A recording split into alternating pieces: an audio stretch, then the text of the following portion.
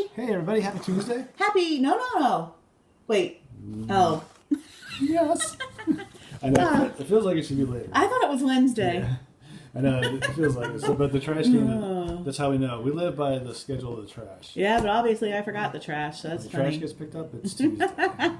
That's really funny. Well, I'm sorry. Happy Tuesday. That's really funny. Yeah. It is pretty funny. It is. Well, we were going to sit outside, but we couldn't get the tables to situate correctly, so we're inside. Mm-hmm. So the dogs will probably run around in a minute. They probably will. Yeah. But happy Matthew 17 day. Mm-hmm. You have pretty blue eyes. Thanks. Well, hope you guys had a great day and got a chance to read and enjoy some God time. Yeah. And on these videos, tell us like what you like about them and help us to know how we can what we can do to them, improve them, or Yeah, that's a great idea. or how we get more people involved, or Because we really don't want this just to be like the Rick and Laura show. We want it to be the family Bible study. So it's hanging out with God time. it is. So, and I'm sure you guys don't like just hearing us talk all the time because I know I don't like hearing me talk. It'd be fun to have more input and even I wish there was ways where we could all actually talk to each other. Maybe try that one day. We can, but I just can't like record it for the people that don't get to see it. Did you Like, say the weekend? I did. I said we can, and it sounded like we can't. We can. Weekend? So we could do that. If you guys are interested in like a Zoom meeting or something, we could do that. I just don't know how to record it for everybody else that doesn't get to join it. That's true because there's other people. Yeah, because Laura sends it to other people who aren't on here. Yeah. And, I forgot about that. So that's the only thing we wouldn't be able to record it. So be thinking of stuff, but let us know. Like, do you like the format? Are we talking too much? Talking too little? What do you want? Let us know. Bring it. Yeah. Well, this one's cool because it's a transfiguration, which we had ended off with yesterday. Yeah, we did. So that's really cool. Well, it looks like we both have a note on 3, so you take it away, honey. Well, let's see something here. I can't remember why I marked that. That's the problem. Let's see. No, I don't have anything there. Okay. Well, I have that where it was saying that, and behold, there appeared to them Moses and Elijah.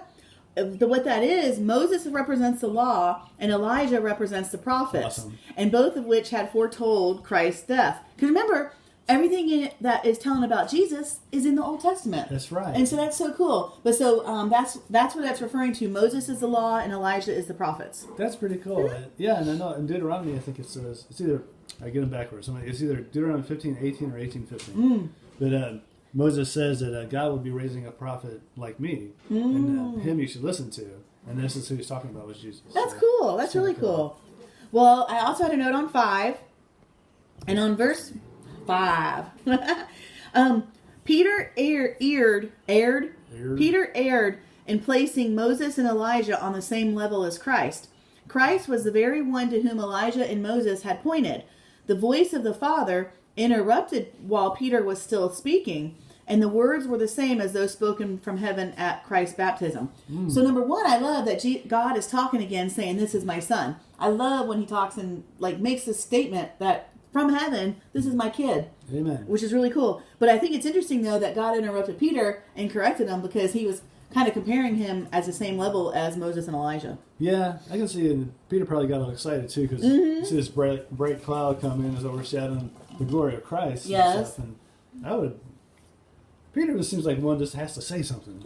He's just got to say it, And That's so, probably me. So he does, But Foot and mouth disease. Can't imagine what all went on. That's funny. I also had a note on 7. It's more just, I like the verse.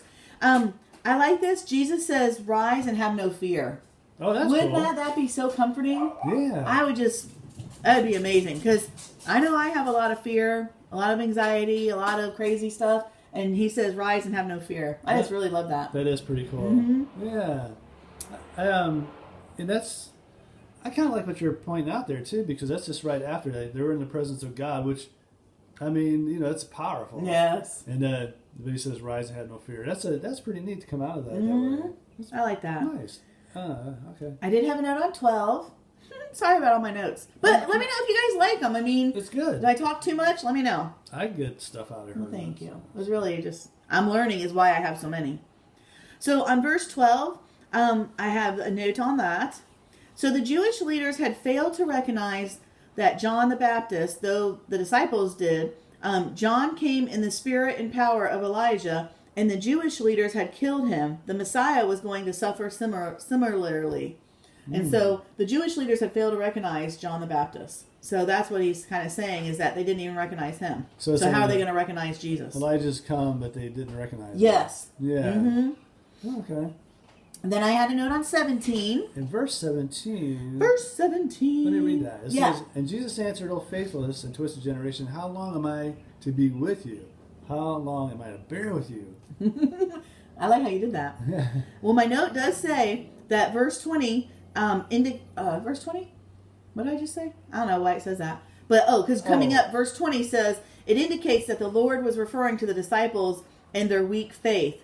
Because he's saying, how long am I to bear with you, O faithless and twisted generation? He's not talking to the people. He's talking to his disciples. Because okay. because if you go to verse 20, I have a note on that too, because nothing will be impossible with God, and they keep forgetting and losing their faith that God can do anything, and so they should have been able to heal, like the disciples when that person had to come back and say heal me or whatever. That's because he said that the disciples tried but they couldn't do it. So he's saying, you guys are so little faith because you know that it's not you doing it, it's God, but they keep thinking it's them, and then they keep failing. Well, in like verse 19, the disciples, and I remember I got notes right in between your two notes. Good.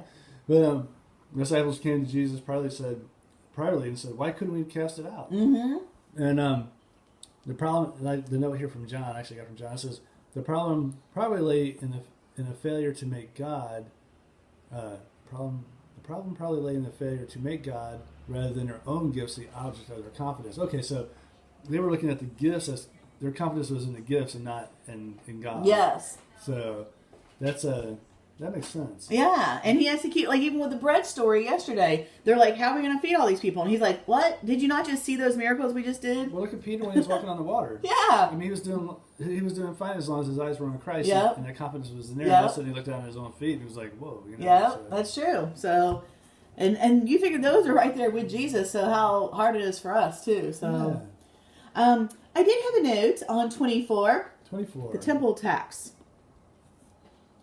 And I thought that was interesting. So when you went into the city, Capernaum, you had to pay a tax. Well, Jesus didn't pay the tax. And the reason is because, so let me read it. A half shekel tax, which was equivalent to 2 days' wages, was collected annually from every male over 20 for the upkeep of the temple. As kings did not tax their own sons, technically Jesus, as God's son, was exempt from the tax. So that's why Jesus didn't pay it. But to avoid offense, he did pay it on behalf of himself and Peter.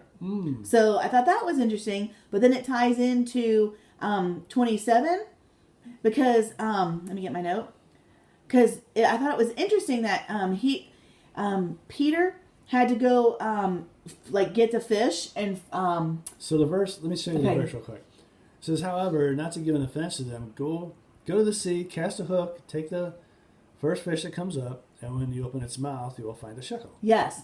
So Jesus could have just given Peter 2 gold shekels and said, go pay it. But instead, he actually made him go work for it and go actually fishing, catch the fish, open his mouth, and then go pay it. Yeah. And I thought that was very interesting that he made him work for it. So he didn't just give it to him, he had to work for it. And you wonder how this all works together. I mean, look at this. I mean, here's this fish. He's been swimming around for a while.